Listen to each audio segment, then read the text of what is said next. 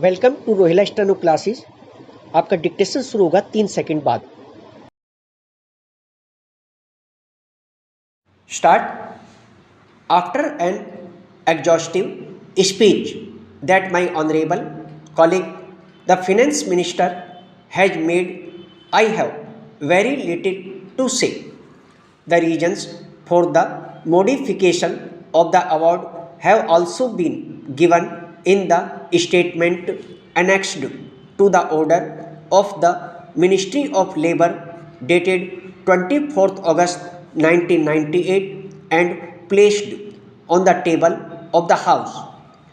Ever since the publication of the Appellate Tribunal Award, when rumbling of growing discontent on both sides began to be heard, I have been greatly concerned on two accounts.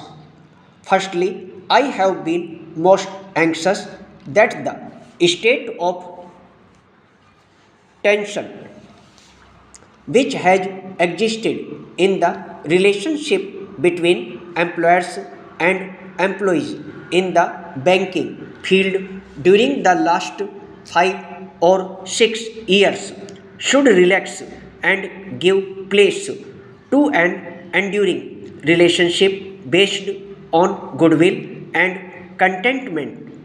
Secondly, I have been equally anxious that while the terms of final settlement of the dispute should not be such as to injure the cause of banking in the country, they should be fair to the vast number of what are known as the lowest categories of bank employees and who have put up with much trouble and expense during all these years of costly litigation. It is true that government has been given the power under the Industrial Disputes within bracket Appellate Tribunal bracket close Act to accept, reject or modify the award of an industrial tribunal if and when government is satisfied that it is expedient in the public interest to do so. It cannot be disputed that the said powers should be exercised by government with due care and caution in exceptional circumstances and for very strong reasons of public interest, and that the modification of an award of an industrial tribunal by executive action is prima facie not desirable.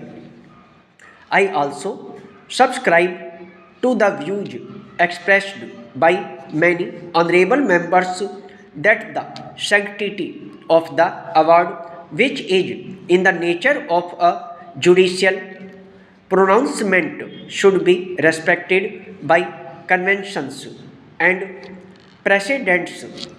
Honorable member have heard from my colleague the finance minister how the full burden of the appellate tribunal award might have brought about a crisis in the banking industry. In particular, he has told the House how banking facilities in rural areas might have suffered a serious setback on account of the burden. The arguments that he has adduced are before the House, and I would request honorable members to consider them dispassionately. If any bank is really going to suffer a serious setback, I am sure that this House and I venture to say all sections of it will accept the necessity of modification, however much they might ordinarily condemn such a step as being bad in principle and unacceptable in practice. After all, it is only in a healthy economy that bank employees or any other groups of wage earners can hope to secure a reasonable living.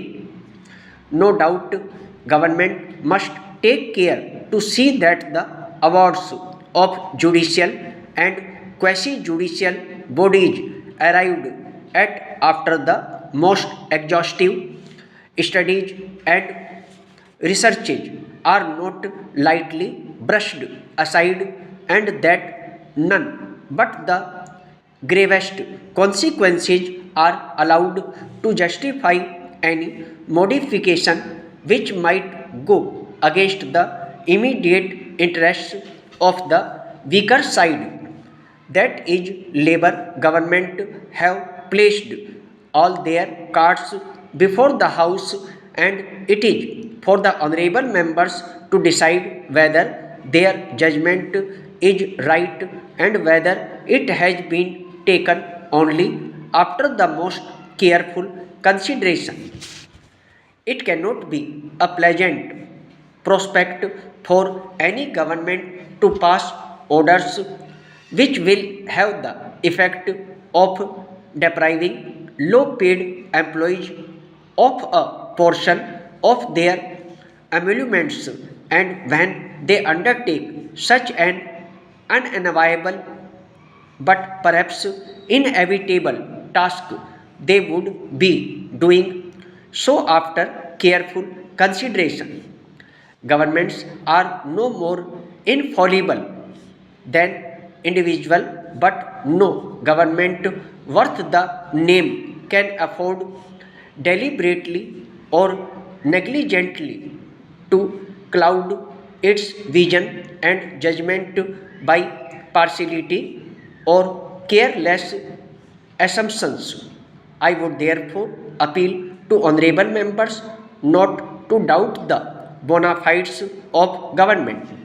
If government in fact have gone wrong, it is for the employees to place facts and figures before them with a view to persuading them to change their decision.